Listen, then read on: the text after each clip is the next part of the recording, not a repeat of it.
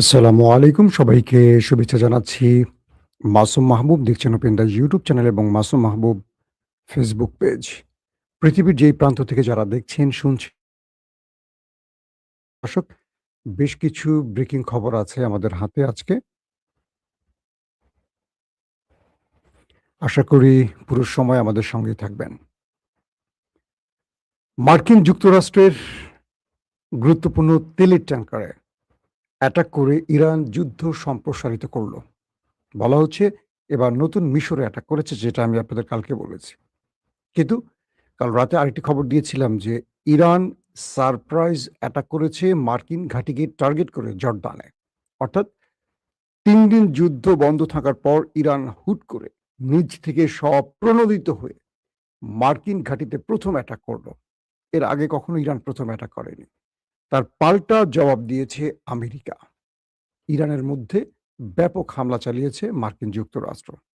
পাশাপাশি তুরস্ক এবং ইরানের ইসরায়েলের মধ্যে টানাপোড়েন শুরু হয়েছে। তুরস্ক বিরুদ্ধে এবার ইসরায়েল আমেরিকার কাছে শুধু নালিশ নয়, নতুন অস্ত্র কেনার চুক্তি করতে ছুটে গেছে। এবং ইরাকে ইরান সমর্থিত টার্গেটে হামলা করে সৌদি এবং যুক্তরাষ্ট্র ইরানের টার্গেটে আবার পড়েছে। তার মাশুল দিতে হয়েছে এবার আমেরিকাকে।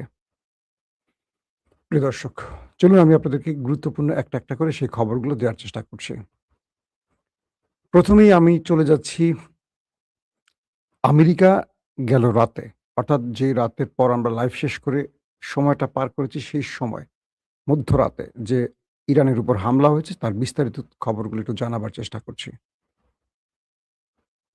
বলা হচ্ছে মার্কিন সেন্ট্রাল কমান্ড তারা স্পষ্ট করছে গণমাধ্যমে জানিয়ে যে তারা ক্ষেপণাস্ত্র, ড্রোন ও সামুদ্রিক স্থাপনা সহ আইআরডিসির কয়েক ডজন লক্ষ্যবস্তুতে সফল অ্যাটাক করেছে।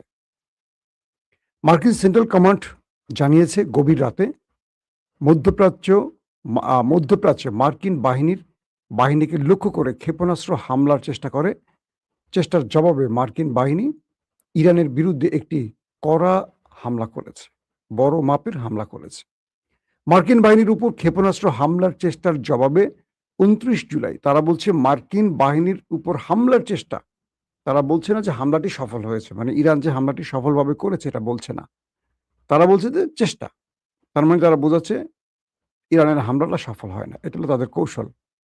তারা বলছে ২৯ জুলাই রাত ১০টায় মার্কিন সেন্ট্রাল কমান্ড ইরানের বিরুদ্ধে একটি ব্যাপক হামলা শেষ করেছে, সম্পূর্ণ করেছে। সেনকম একটি বিবৃতিতে পুরো স্পষ্ট সেটা ব্যাখ্যা দিয়েছে। মার্কিন বাহিনী ইরানের ইসলামিক রেভলিউশনারি গার্ড কোর আইআরজিসির সামরিক কমান্ড কেন্দ্র, ক্ষেপণাস্ত্র ও ড্রোন স্থাপনা, উপকূলীয় নজরদারি ও প্রতিরক্ষা কেন্দ্র এবং সামুদ্রিক সক্ষমতা সহ কয়েক ডজন লক্ষ্যবস্তুতে হামলা করেছে। কমান্ডের বর্ণনা অনুযায়ী ২৮শে জুলাই আইআরডিসি বাহিনী কর্তৃক একটি অতর্কিত হামলার চেষ্টার জের ধরে এই অভিযানটি চালানো হয়। যখন ইরান মধ্যপ্রাচ্যে অবস্থিত মার্কিন বাহিনীকে লক্ষ্য করে একাধিক ব্যালিস্টিক ক্ষেপণাস্ত্র নিক্ষেপ করে, তখন তারা প্রতিশোধ হিসেবেই এই জবাবটি দিয়েছে। পাশাপাশি ইরানের সব ক্ষেপণাস্ত্র সফলভাবে প্রতিহত করা হয়েছে এমনটিও দাবি করছে।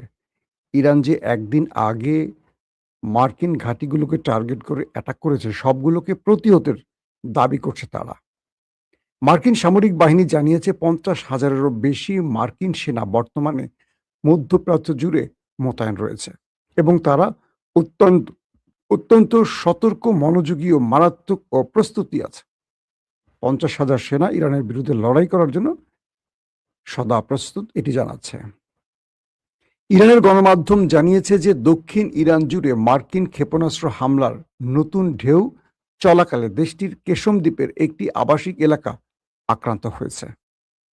তাসনিম তাসনিম নিউজ এজেন্সি জানিয়েছে খুজেস্তান প্রদেশের আহবাজে বিকট বিস্ফোরণের শব্দ শোনা গেছে এবং এই হামলার কারণে শহরের কিছু অংশে বিদ্যুৎ বন্ধ হয়ে গেছে। অর্থাৎ এই সিভিলিয়ান অঞ্চলগুলোকে আমেরিকা আবার টার্গেট করছে। কয়েকটি তথ্য জানিয়েছে, যে সূত্র জানিয়েছে এবং জর্দানও জানিয়েছে তারা ইরানের 5টি ক্ষেপণাস্ত্র প্রতিহত করেছে। অন্যদিকে ইরানের আইআরজিসি বলছে তারা দেশটির একটি মার্কিন বিমান ঘাঁটিতে হামলা চালিয়ে সেটাকে ধ্বংস করে দিয়েছে। অর্থাৎ ইরান বুধবার যে অ্যাটাকটা করলো তার পাল্টা জবাবটি আমেরিকা দিয়েছে রাতে। এখন আমেরিকা দাবি করছে যে তারা ইরানের হামলা প্রতিহত করেছে, আর ইরান বলছে যে না, আমাদের হামলায় জর্দান ব্যাপক ক্ষতিগ্রস্ত হয়েছে, আর যার জবাব আমেরিকা দিয়েছে। তো আমেরিকার জবাবের ধরন দেখে বোঝা যাচ্ছে যে আমেরিকা ক্ষতিগ্রস্ত হয়েছে, কিন্তু তারা স্বীকার করছে না। পাশাপাশি আরেকটি স্টেটমেন্ট পাওয়া গেছে, সেটি হলো জর্দানের সেনাবাহিনী বৃহস্পতিবার জানিয়েছে যে তারা ইরান থেকে দেশটির থেকে ছড়ে আসা 5টি ক্ষেপণাস্ত্র প্রতিহত করেছে এবং কিছু ক্ষেপণাস্ত্র ভিতরে আশ্রয় পড়েছে, এবং তারা বলছে যে এখনো কোনো হতাহতের কোনো খবর তারা পায়নি বা এমন কোনো ঘটনা তাদের সামনে ঘটেনি। মানে এটিও আমেরিকার শিখিয়ে দেয়া স্টেটমেন্ট। যদি তাই হবে তাহলে তারা এত বড় হামলায় কেন ইরানকে আবার আক্রান্ত করল? দর্শক, আরো কয়েকটি তথ্য জানাচ্ছি আপনাদের। যুক্তরাষ্ট্র ইরানের উপর যে শক্তিশালী হামলা করেছে, যুক্তরাষ্ট্রের আরেকটি স্টেটমেন্ট বলছে তারা কেশম দ্বীপ, বন্দর আব্বাস, আবাদান ও বুশেহরে অ্যাটাক করেছে। এবং ইরাক দেশটিতে মার্কিন সৌদি হামলার নিন্দা জানিয়েছে। আমরা গতকালকে বলেছিলাম যে ইরাকের উপর সৌদি এবং আমেরিকা একটা বড় হামলা করেছে, কিন্তু ইরাক নীরব থেকেছে। অবশেষে ইরাক সরকার এটা নিন্দা জানিয়েছে। পপুলার মোবিলাইজেশন ফোর্স জানিয়েছে এই হামলায় তাদের 20 জন যোদ্ধা নিহত হয়েছে এবং 32 জন আহত হয়েছে।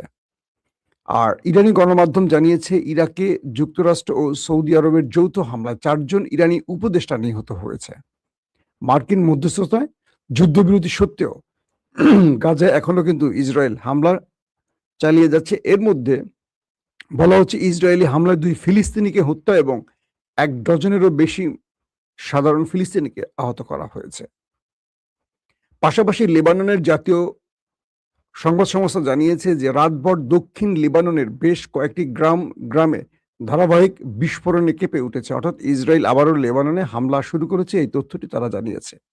ইসরায়েলি বাহিনী মধ্যরাত থেকে ভোর পর্যন্ত আল মানসুরি, মাজদাল জৌন এবং মাজরাত বুয়ুত আল সিয়াদ শহরে নিয়ন্ত্রিত ধ্বংসযজ্ঞ চালিয়েছে। লেবাননের গণমাধ্যমটি বলছে এই অভিযানের পাশাপাশি ওয়াদি আল হুজেইর ও ওয়াদি আল সালুকি উপত্যকায় ভারী মেশিনগানের গোলাবর্ষণের শব্দ পাওয়া গেছে। এখন পর্যন্ত বিস্তারিত তথ্য জানা যায়নি যে কত লোক সেখানে মারা গেছে। দর্শক, আমরা মোটামুটি আজকের একদম লেটেস্ট খবরগুলি আপনাদেরকে একটা একটা করে জানিয়ে দিলাম। এবার কিছু বিশ্লেষণে আসতে চাই, যে বিশ্লেষণটি আপনারা শোনার জন্য ওয়েট করছেন। প্রথম বিশ্লেষণটি হলো ইসরায়েলের নেতানিয়াহু এখন আমেরিকা আছেন।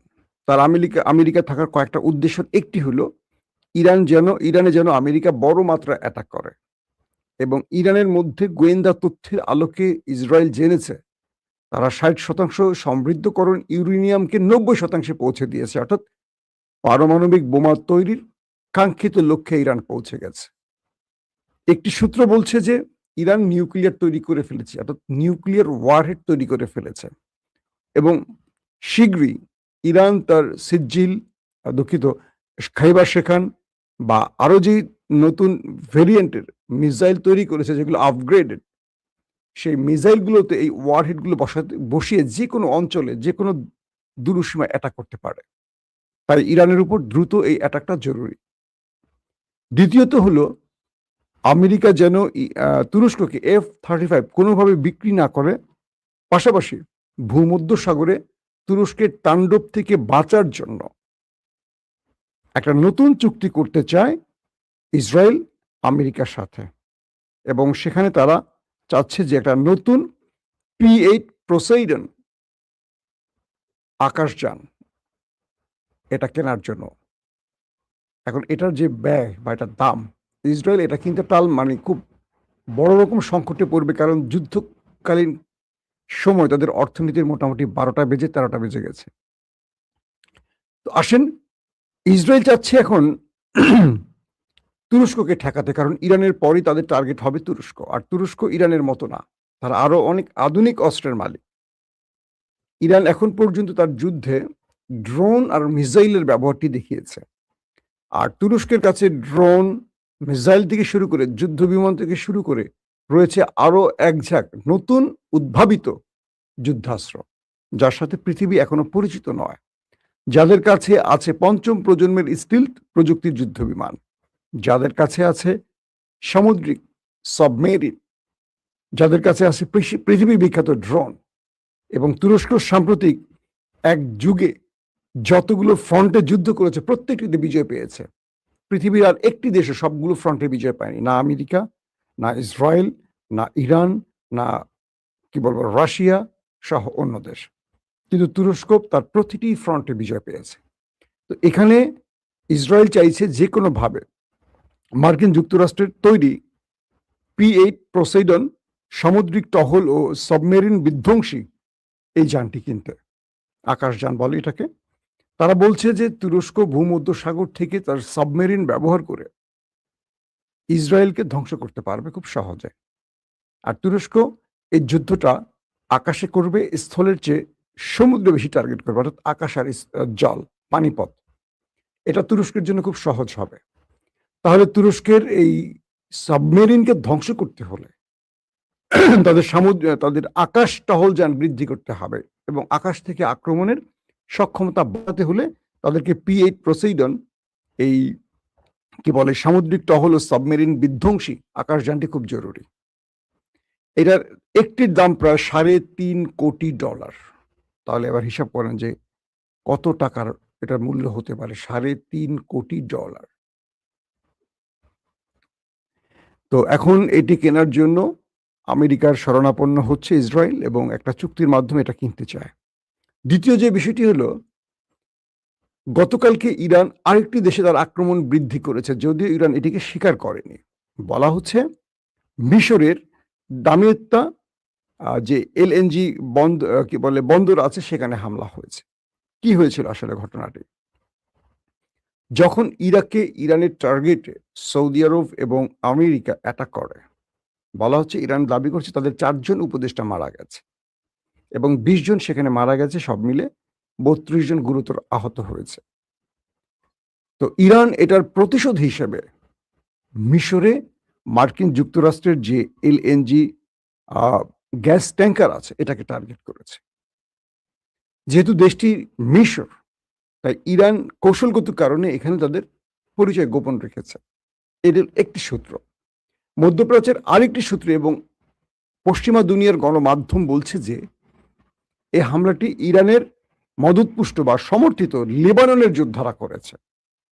অর্থাৎ লেবানন থেকে বিশেষ ওয়ান ওয়ে ড্রোন ব্যবহার করে মিশরের লেবানন থেকে এই ওয়ান ওয়ে ড্রোন ব্যবহার করে ইরান সমর্থিত যোদ্ধারা, ইরানের তো জানেন প্রচুর প্রক্সি বাহিনী আছে, তারা মিশরের একটা দূরপাল্লা ওয়ান ওয়ে ড্রোন বা মিসাইলের মাধ্যমে তারা দামিয়েত্তা এই মিশরের LNG যে বন্দরটি সেখানে মার্কিন গ্যাস ট্যাঙ্কার উড়িয়ে দিয়েছে। এবং আমেরিকা এই আক্রমণের পর এটুকু বুঝতে পেরেছে যে এই অঞ্চলে ইরানের হাতে তারা নিরাপদ নয়, কারণ সিরিয়া তো ইরানের আক্রমণ হয়ে গেছে। যে সিরিয়াতে আক্রমণের কথা ছিল না বলে আমেরিকা সেখানে গোপনে আশ্রয় নিয়েছিল। তাদের সেন্টকমের উপরস্থ অফিসাররা, যুদ্ধের যে বড় বড় কর্মকৌশল ঠিক করা জেনারেলরা, তারা সিরিয়াতে বসে অনেক প্ল্যান করছিল, সেইখানেও পর্যন্ত ইরান হিট করেছে। এবার ইরানের আক্রমণটি মিশরে চলে আসা, তারা ঘাবড়ে গেছে যে তাদেরকেও আর বোধহয় ছাড় দেবে না, কারণ মিশরের হামলাটি ইরানের খুব কৌশলগত একটি টার্গেট। এবার মিশরের থাকা আমেরিকা প্রতিনিয়ত টেনশনে থাকবে, এবং আমেরিকাকে ইরান বোঝাচ্ছে যে তুমি পৃথিবীর যেই প্রান্তে আছো আমি আছি। পাশাপাশি মিশরের এই ডিস্টেন্স, যেটাকে দূরপাল্লার আমরা বলি, এই অ্যাটাকটি দিয়ে ইরান বুঝিয়েছে তাদের ঘরে এরকম ডিস্টেন্সের বা দূরপাল্লার আরো ক্ষেপণাস্ত্র আছে বা আরো লং ক্ষেপণাস্ত্র আছে, যেগুলো তারা টার্গেট মতো ব্যবহার করবে, সময় মতো ব্যবহার করবে।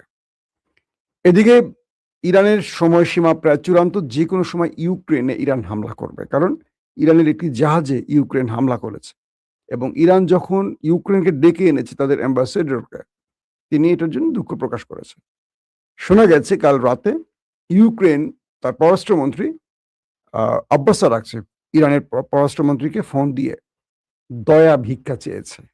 তারা বলছে যে, আমাদের ভুল হয়েছে জনাব। আমরা রাশিয়ার ফাঁদে পা দিয়েছি। আমাদেরকে এ যাত্রায় ক্ষমা করুন। আর ইরানের পররাষ্ট্রমন্ত্রী বলছে যে, তোমরা আমাদের জাহাজে হামলা করে যে ক্ষতি করেছো তার ক্ষতিপূরণ দাও দ্রুত, বাঁচতে হলে। নতুবা আমাদের টার্গেট লকড। যেকোনো সময় সুইচ টিপবো, তোমার গুরুত্বপূর্ণ কিছু একটা উড়ে যাবে। যেটা তুমি আমার ধ্বংস করছো তার চেয়ে ৪ গুণ মূল্যের কিছু আমি ধ্বংস করে দেব। তো এই পরিস্থিতিতে এখন ইউক্রেনের পররাষ্ট্রমন্ত্রী ইরানের পররাষ্ট্রমন্ত্রীর কাছে ফোন করে এখন দয়া ভিক্ষা চাচ্ছে।